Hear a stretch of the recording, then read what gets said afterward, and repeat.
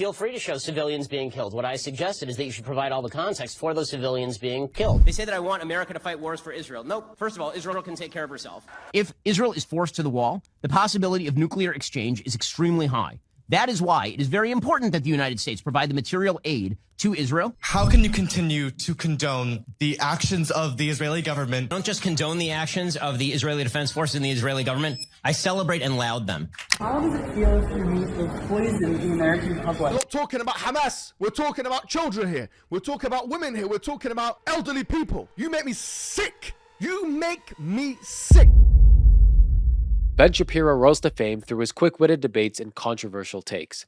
But behind his image as a sharp intellectual and debater lies a history riddled with contradictions and inflammatory rhetoric. Once upon a time, a young Ben Shapiro stood in front of Larry King and an audience to play the violin at an Israeli bonds banquet. Benjamin Shapiro is 12 years old. His goal is to become the first Orthodox rabbi to sit on the Supreme Court, which is an event for a development corporation aimed at boosting Israel's economy through selling Israeli bonds. When I watch this, one question comes to mind.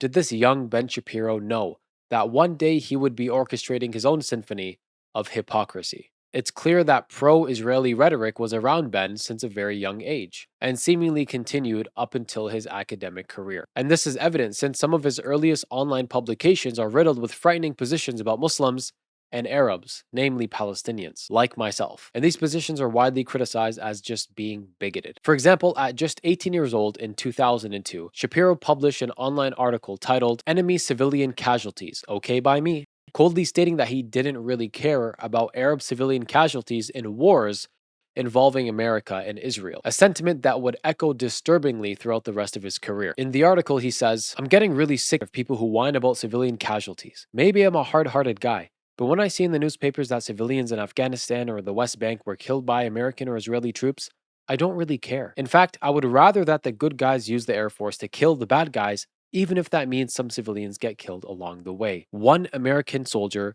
is worth far more than an Afghan civilian." These are probably some of the most disturbing words I've read in my life. And to think that there are people out there with these opinions is shocking. Just imagine, by virtue of you having a certain ethnicity, nationality, religion, or whatever it may be, some people regard you as being less valuable than others, especially drawing the comparison between civilians who do not sign up to be in active combat or killed during a war, in contrast with a soldier who signs up for active military duty and the possibility of being killed in action. Many have found these statements very disturbing. A year later in 2003, during the Second Intifada, Shapiro published another article advocating for Israel to transfer Palestinians and Israeli Arabs from their homeland. Mind you that deportation or forcible transfer of people from a land is considered a crime against humanity under international law. Some people also refer to this as ethnic cleansing. By 2007, Shapiro continued with his anti-Arab rhetoric, stating that Palestinians are rotten to the core, and even tweeted things like Israelis like to build, Palestinians like to bomb crap and live in open sewage. Yes, this is a real tweet, and as far as I know, it's still up on his Twitter page today, or X, or whatever it's called. For obvious reasons, some of Ben Shapiro's opinions about Muslims, Arabs, and Palestinians in particular have been widely criticized for being dehumanizing, racially charged, and dismissive of Palestinian suffering. Which begs the question, how would our society prop up a person like this? What would make our society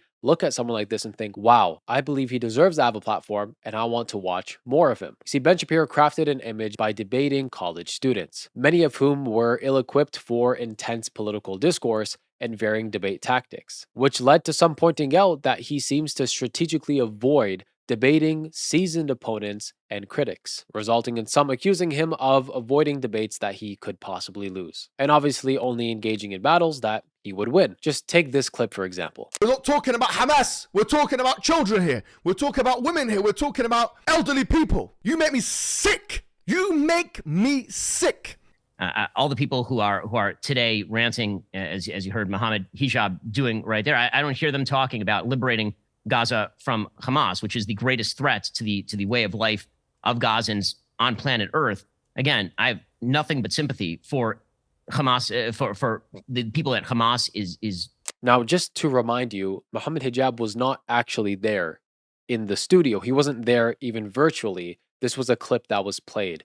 And even then, you could see how scared Ben Shapiro looks even watching the clip and having to respond to it publicly live. And what's even more interesting is Ben Shapiro seems to be familiar with Muhammad Hijab. And the reason this is interesting is because Muhammad Hijab has called Ben Shapiro out for perhaps the last 4 or 5 years, challenging him to a public debate. And you don't want to face someone who can put you in your place.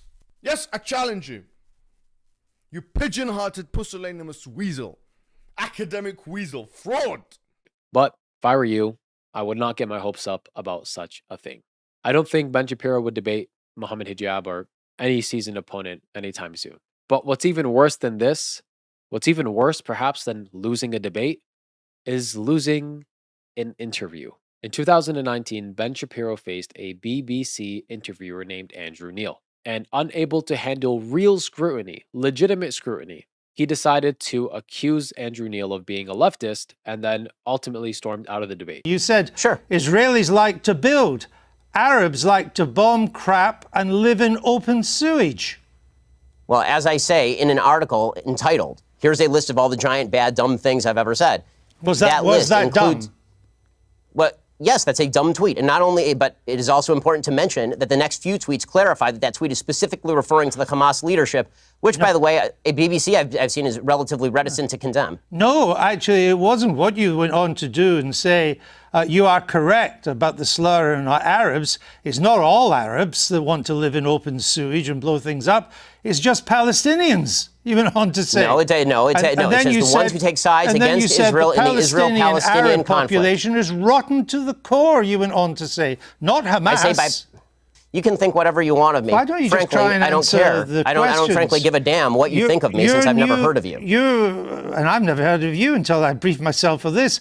I'm not inclined to continue an interview with a person as badly motivated as you as an interviewer. So I think we're done here. I appreciate your time, sir. All right. Thank you so much. Thank you for your time and for showing that anger is not part of American political discourse. Now, Mr. Shapiro, we'll say goodbye. This event severely tarnished his public image as a formidable debater. And as one comment said, I've seen many people lose debates. This is the first time I watched someone lose an interview. And it was around this time that the Ben Shapiro stock started to plummet. Metaphorically, of course. Recently, 2023 exposed Ben Shapiro's intolerance for dissent, even amongst his own ranks. After Candace Owens, who was a colleague of the Daily Wire, became critical of Israel's military action in Gaza by stating that no country has a right to commit genocide. Ben Shapiro regarded some of Candace Owens' statements or actions as disgraceful, and not too long after, Candace Owens departed from the Daily Wire. And it's clear, even up until recently, Ben Shapiro's opinion on Palestine and Israel is seemingly unmoving and consistent. Unfortunately, with the minimization of Israel's actions against Palestinians and a reductionist approach to the situation as a whole. It's due to all the points that I recently mentioned that I wonder why people listen to Ben Shapiro and why he even has a platform. Unless, of course, his listeners agree with some of his positions or all of them, which is scary to think about, to say the least. But unfortunately, Muslims are no stranger to this kind of hatred. Opinions about us being radical or extreme or backwards or our religion or our prophet being any of those things, peace and blessings be upon him.